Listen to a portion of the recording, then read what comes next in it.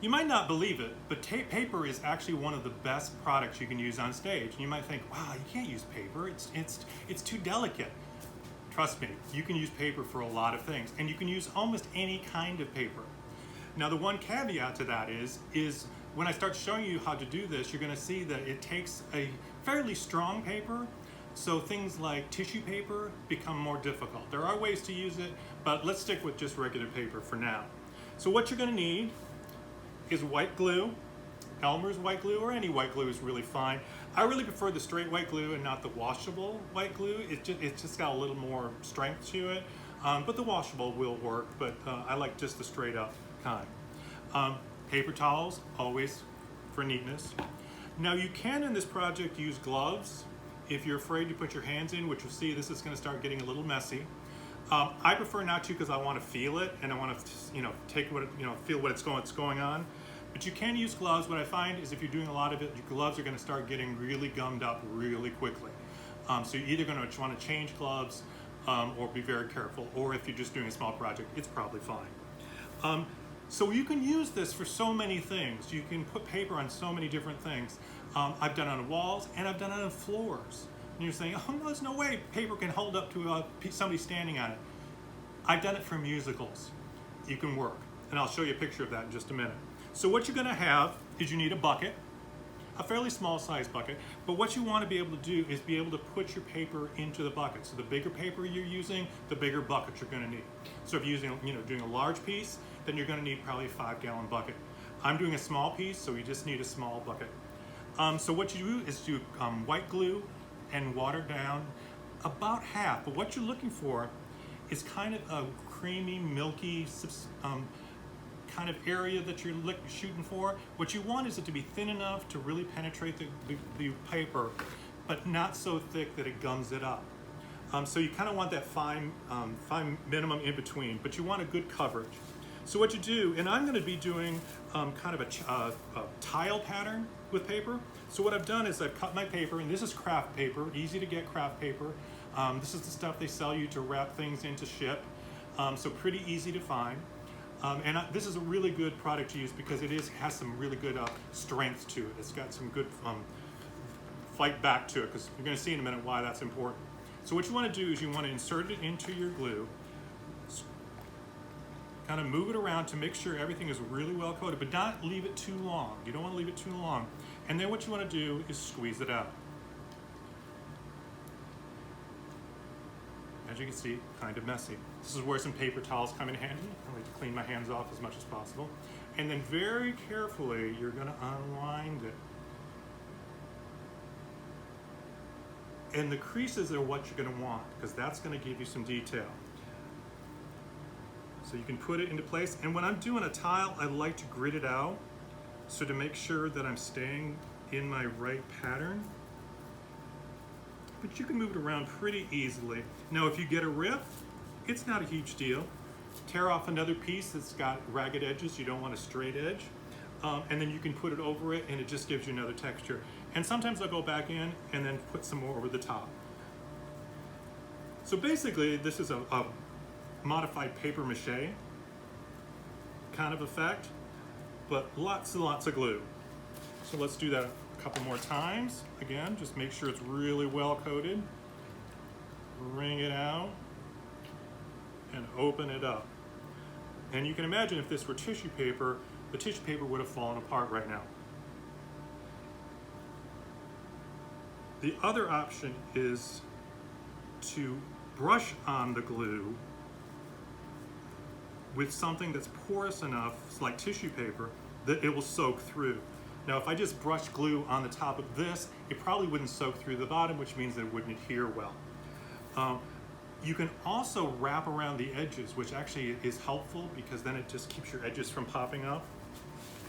And what's kind of nice is because paper obviously is a wood product, it has variations in shade, so you can get some really nice variation without a lot of work.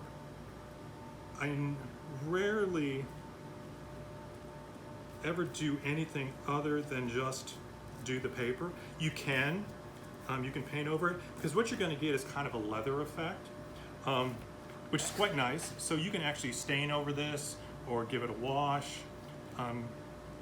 But you can do a lot of different things to create different effects that you want to create. So you see how fast that went. It goes really quickly. Just touch. Again, make sure it's really well coated.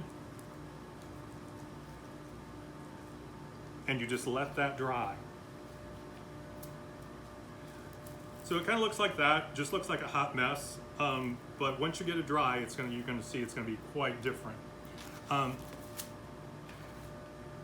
If you're working on any place where you're with other people, please cover your working area with plastic, because like you just saw, this is really a messy project. And you don't want to be leaving glue all over the place when somebody else may come behind you and stick their shirt into it. So please be conscious of that when you're working, especially around others. So I'm going to show you some examples of different kinds of paper. As I said, almost any paper can work.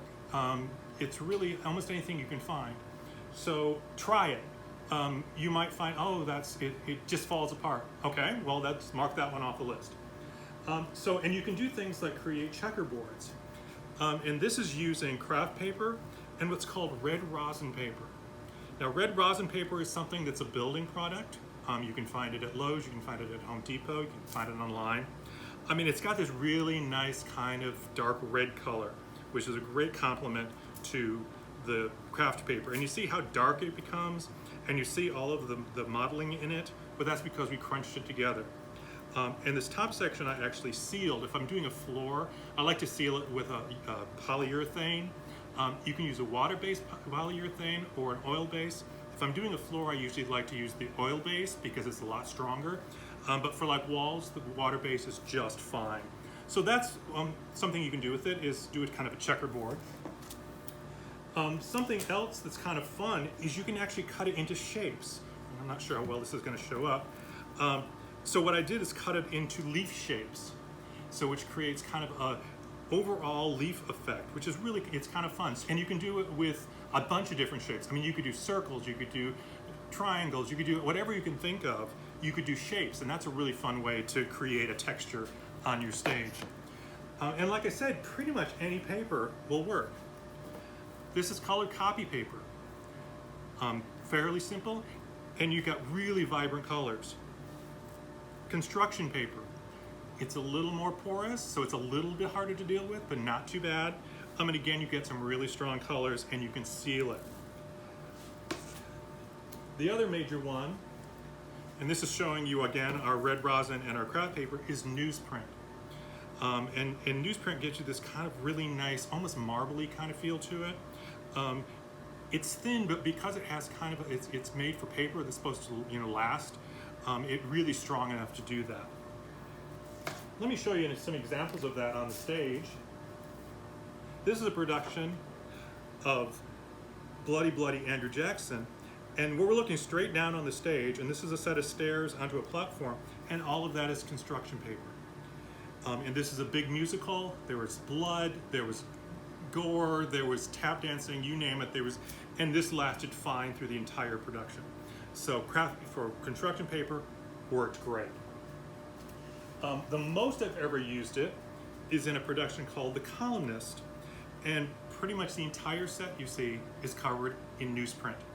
This was a show about a newspaper writer, and I thought it'd be really fun to have the set be newsprint. So I'm saying the entire floor, the walls, the doors, everything was covered in newsprint, and this lasted fine through an entire production. So that worked really, really well. And then for production of the goat, I did what you see is a tiled floor with the craft paper and the rosin paper, and again, it lasted fine through the entire production, no problem whatsoever.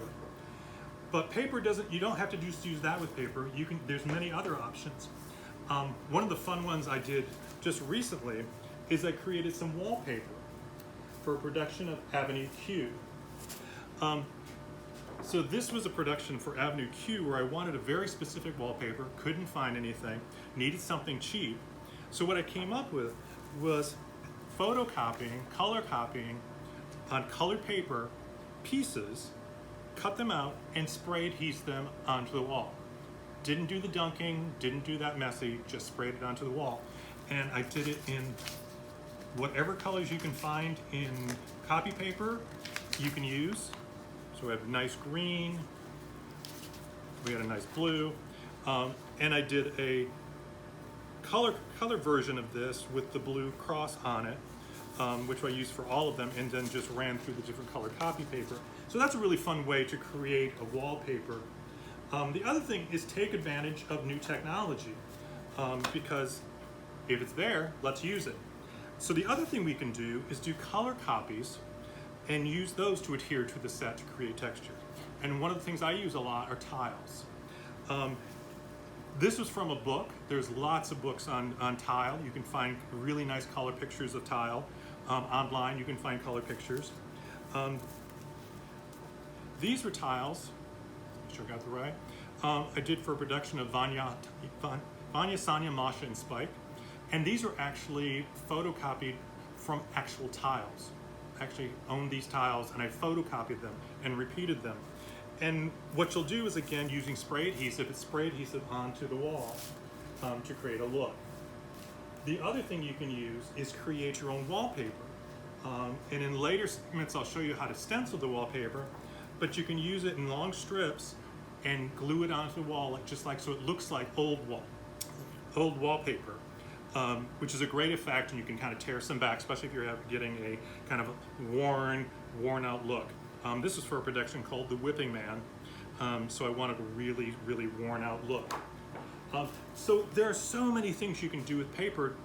Just start experimenting, seeing what you can do with it. It's a great, if you can do it with paper mache, you can do it this way as well. Relatively inexpensive, but pretty easy. So I hope you have some fun with this kind of technique, and let me see what you do, and this would be great. So thanks so much.